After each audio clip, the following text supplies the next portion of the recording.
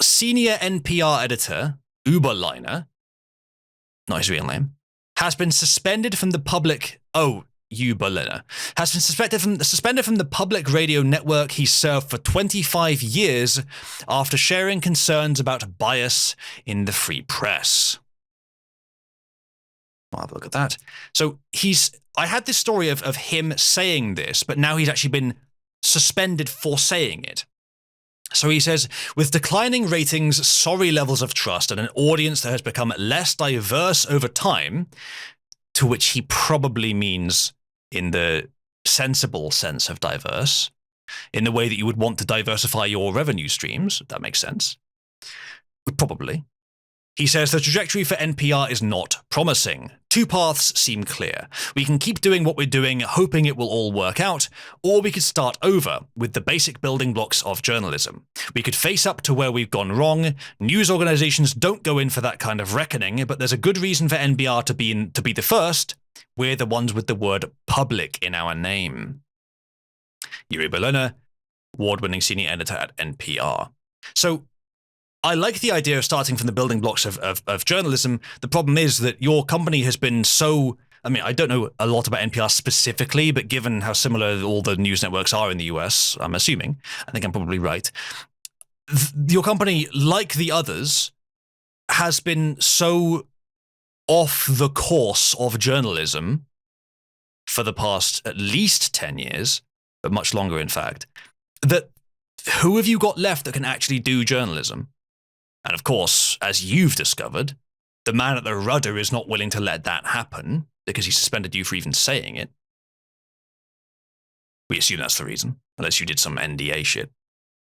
And on top of that as well, look at the rest of the market. Citizen journalism is most often the means that big news industry, either citizen journalism or access journalism, are the ways that the big news organizations get their information. And as long as you assume access journalism will continue, which it doesn't need to, then yeah, they're necessary. But if it doesn't continue, which it probably shouldn't, it's a bad thing in general for it to continue, for the consumer, for pretty much everyone. So if that is devalued, access journalism, in the next few years, all you've got left is citizen journalism. And then you've got a few small organizations which are actually journalistic, which are constantly being hounded by the establishment because journalism is not in favor of the rich and the corrupt. Like James O'Keefe, not one of the rich and corrupt, obviously, but one of the journalists. So it's a hostile working environment for actual journalists in the world today because, in large part, of organizations like yours, Yuri. And that's why journalism is devalued in the market. It's still just as needed. In fact, it's more needed today than it really ever has been. And the market is finding other ways to fill that need. The question of how do we save NPR is the wrong one. NPR is probably of a structure, not just of a status, but of a structure that is unsavable, obsoleting. Don't focus on saving NPR, focus on saving journalism. And perhaps being fired from NPR will give you the perspective you need to realize that's where you should be going. If you are indeed a good journalist, which let's assume you are. The new NPR CEO's work history is almost a perfect list of the institutions that have been the most corrupted. Yep, I believe that. Senior editor, NPR employs 87 Democrats in editorial positions, 0 Republicans in DC newsroom. Yep, not surprising. Journalist at NPR suspended, leading to shocking discovery there was a journalist at NPR. Exactly my point. Yeah. We have investigated ourselves and decided to get even worse, says NPR. Yeah.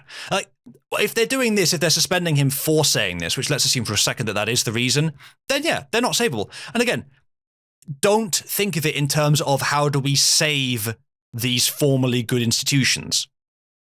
I think it's past time for that possibility. And frankly, I think the world has moved on past the possibility for these institutions to even continue to exist.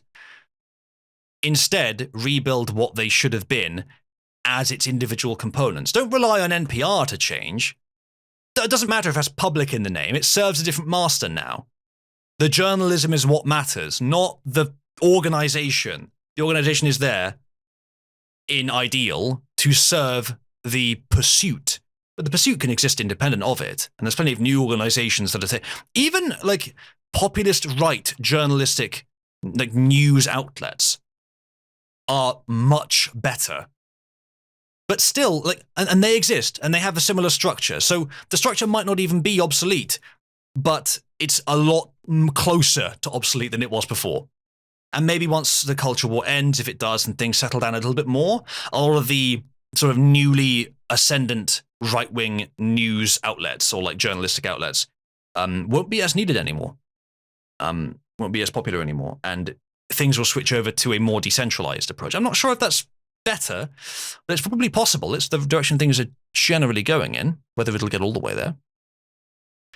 Ginger says, if I was to be a pundit, I would have to have two channels. Channel 1, biased as fuck. Channel 2, intentionally high quality and unbiased to the best of my ability. Yeah, that'd be interesting. You could also do a journalistic approach where you have clearly different formatting for the objective information dump and then the editorialization interspersed or after it. It doesn't matter if you intersperse it or put it after or whatever, or in a different channel. It doesn't matter how you do it, as long as you mark which one's which. You could have something like red is info, blue is editorialization, or the other way around maybe. But then that would work with graphic design. But you could have like a label that says like opinion paragraph, like this paragraph, like a little block thing around it. It's like opinion.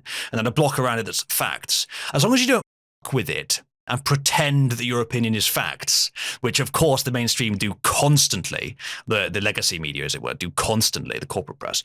As long as you kept to that, that would be pretty successful, I think. I would like to see that.